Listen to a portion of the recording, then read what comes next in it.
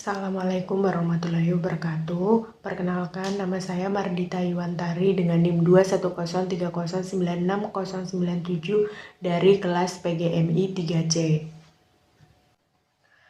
Di sini saya akan menjelaskan tentang metode penelitian kualitatif dalam pendidikan Islam.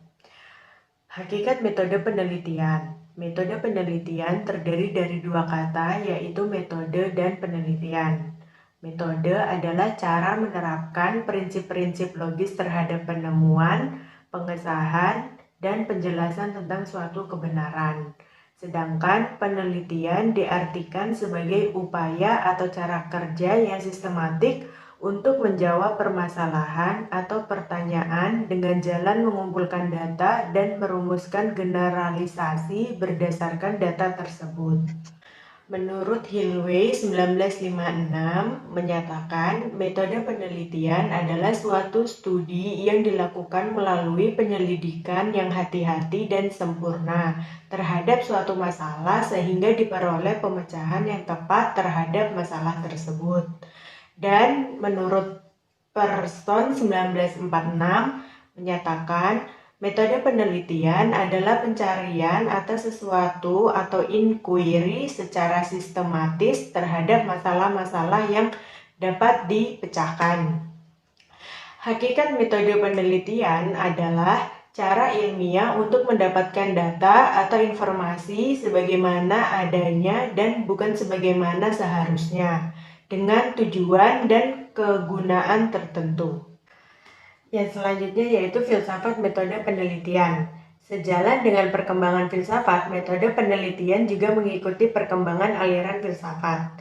Aliran filsafat dikelompokkan menjadi 3, yaitu prapositivisme, positivisme, dan postpositivisme. Yang pertama yaitu prapositivisme. Pada era ini, peneliti melihat masalah penelitian sebagai realitas alamiah. Peneliti bersikap pasif dan hanya berfungsi sebagai pengumpul data dan menyajikan data tanpa memberikan makna terhadap data yang dianalisis. Peneliti tidak melakukan analisis terhadap hasil penelitian yang ditemukan. Pada era ini, penelitian masih bercampur dengan pemikiran filosofis, sehingga sulit untuk memisahkan data mana yang bersumber empiris dan data mana yang bersumber alami atau logika manusia. Yang kedua yaitu positivisme. Pada era ini, peneliti melihat masalah penelitian sebagai realitas yang teramati.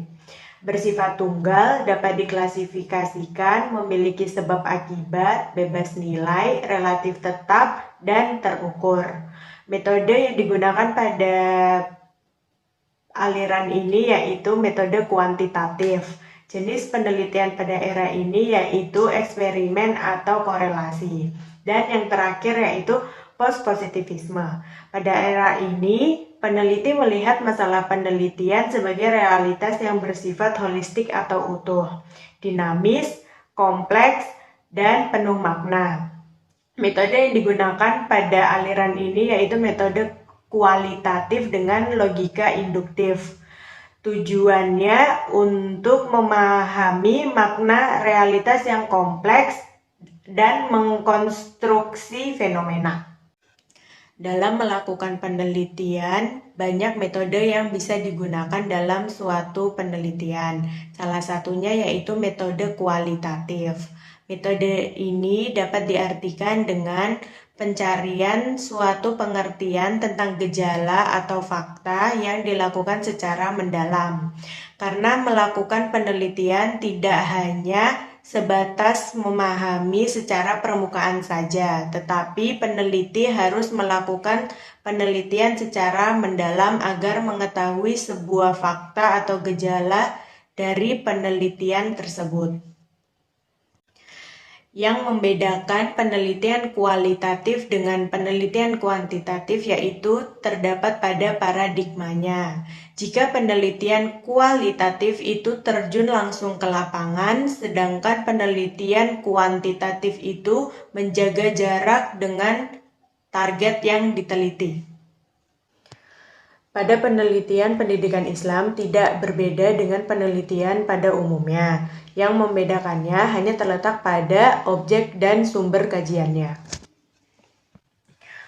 Pada pendidikan Islam, menurut Naqwib Al-Atas, pendidikan Islam adalah takdib, yaitu proses pengenalan dan pengakuan tentang hakikat bahwa pengetahuan dan wujud bersifat teratur secara hierarkis, sesuai dengan berbagai tingkatan dan derajat tingkatan mereka, dan tentang tempat seseorang yang tepat dalam hubungannya dengan hakikat itu, serta dengan kapasitas dan potensi jasmania maupun rohania seseorang. Sedangkan menurut Abu Dinata mendefinisikan pendidikan Islam dilaksanakan menggunakan Al-Quran, As-Sunnah, pendapat para ulama, warisan sejarah, dan pertimbangan rasional serta data empiris. Metode penelitian pendidikan Islam adalah cara ilmiah untuk mendapatkan data atau informasi sebagaimana adanya dan bukan sebagaimana seharusnya, dengan informasi dan kegunaan tertentu yang berkaitan dengan pendidikan Islam.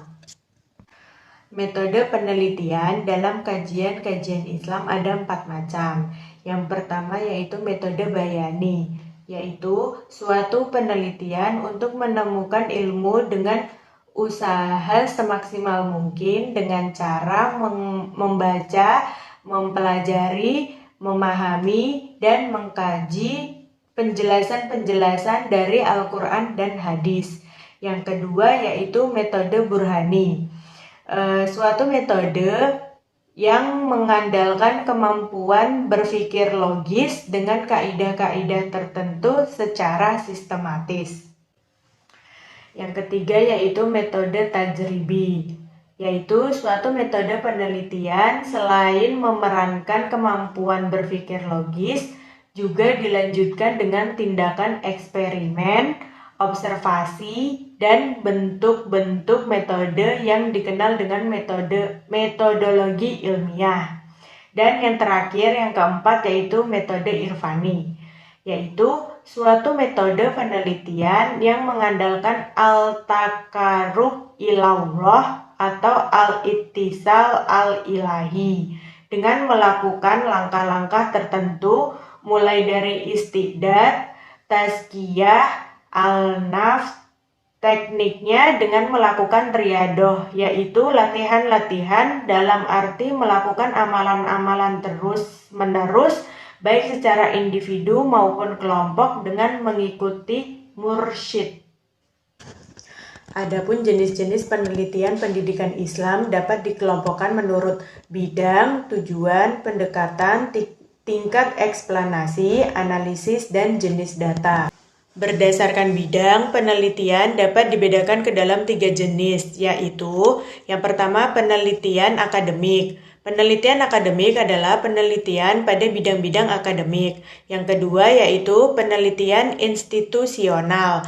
Penelitian institusional adalah penelitian yang dilakukan pada institusi tertentu. Dan yang terakhir yaitu penelitian profesional. Penelitian profesional berkaitan dengan penelitian pada profesi tertentu, misalnya seperti dokter, psikolog, guru, dan lain-lain. Berdasarkan tujuannya dapat dibedakan menjadi 2 kelompok. Yang pertama yaitu penelitian terapan. Penelitian terapan adalah penelitian yang diarahkan untuk mendapatkan informasi yang dapat digunakan untuk memecahkan masalah. Misalnya, penelitian tentang metode pembelajaran yang tepat untuk meningkatkan hasil belajar agama Islam. Yang kedua yaitu penelitian murni atau penelitian dasar. Penelitian murni atau penelitian dasar adalah penelitian yang dilakukan atau diarahkan sekedar untuk memahami masalah, penelitian secara mendalam tanpa ingin menerapkan hasilnya.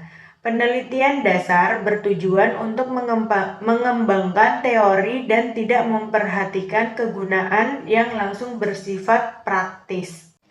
Sekian pemaparan dari saya. Mohon maaf bila ada kesalahan. Wassalamualaikum warahmatullahi wabarakatuh.